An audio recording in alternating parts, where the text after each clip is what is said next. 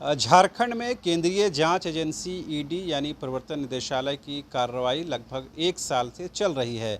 इस बीच ईडी की रडार पर अब तक 4 आईएएस अधिकारी आ चुके हैं। जैसे ही मनरेगा घोटाले की जांच ईडी ने शुरू की, सबसे पहले उनकी गिरफ्त में पूजा सिंघल आईं। सरकार में का वर्चस्व था, पूर्ववर्ती सरकार में भी और वर्तमान सरकार में भी। उसके बाद इसी साहेबगंज खनन घोटाले के सिलसिले में उपायुक्त से पूछताछ होती है। कई बार उनको समन किया जाता है, बुलाया जाता है।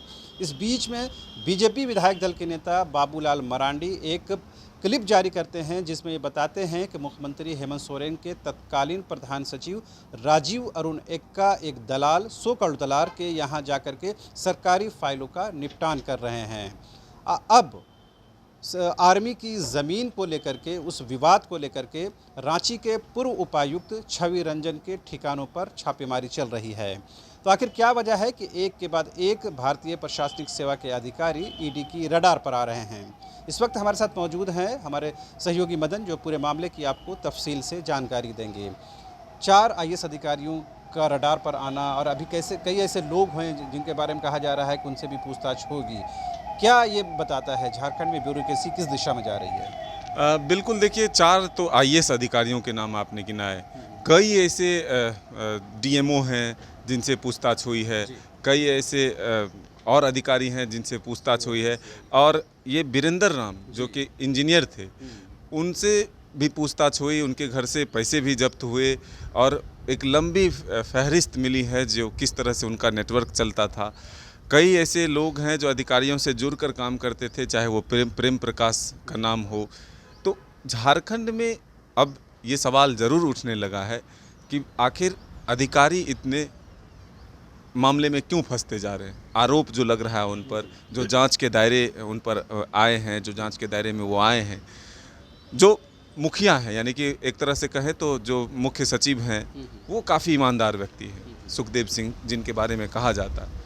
लेकिन उनके जो अंदर अधिकारी हैं, वो इस तरह से क्यों भ्रष्टाचार के आरोप में वो पूछताछ के दायरे में आ रहे हैं? तो ये बड़ा सवाल है कि झारखंड में एक तो पहले ही अधिकारियों की किल्लत रही है।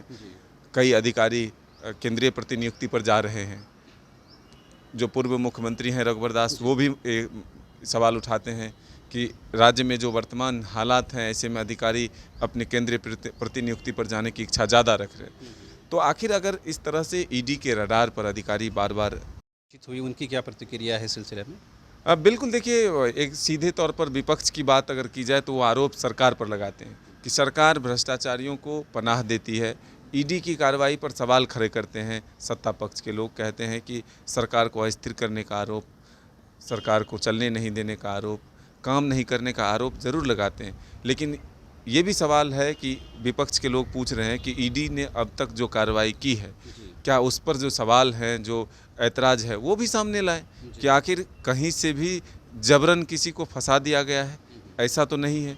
तो ये ज़रूर विपक्ष की तरफ से सवाल होते हैं। लेकिन ये आरोप प्रत्यारोप का दौर राजनीति में चलता है।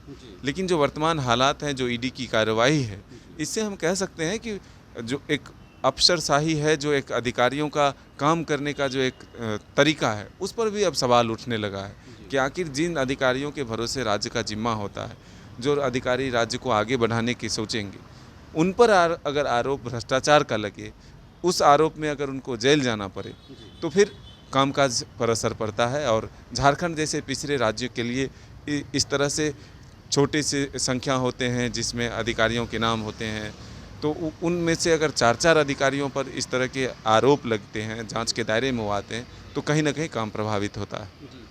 इस सिलसिले में जब हम लोगों ने झामुमो के जो सत्ताधारी पार्टी है, उसके प्रवक्ता मनोज पांडे से पूछताछ की कि अधिकारियों का एक के बाद एक इस तरह से रडार में आना, हम लोगों ने छवि रंजन के सिलसिले में बातचीत की, तो उन्होंने कहा कि सरकार किसी भी अधिकारी को की बचाव नहीं कर रही है, डिफेंड नहीं कर रही है।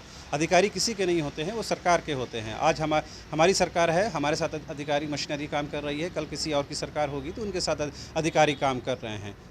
वो उनका तर्क है, उनका दावा है। लेकिन देखने वाली बात यह है कि एक के बाद एक अगर आईएएस अधिकारी इस जद में आ रहे हैं, तो जाहिर सी बात ये एक सोचने की बात तो ज़रूर हो जाता है। फिलहाल हमारी कोशिश ये है कि ईडी की कार्रवाई की हर पहलू से आपको रूबरू कराएं। फिलहाल आप देखते रहिए न्यूज़ 22 को। वेलकम टू चाचा मामा दंगल। हास्य अदाकार संजय मिश्रा से गुजारिश है कि वह अखाड़े में कूदे और फुलटूस को ट्रॉफी से नवाजें। लगता है समाधि ले ली।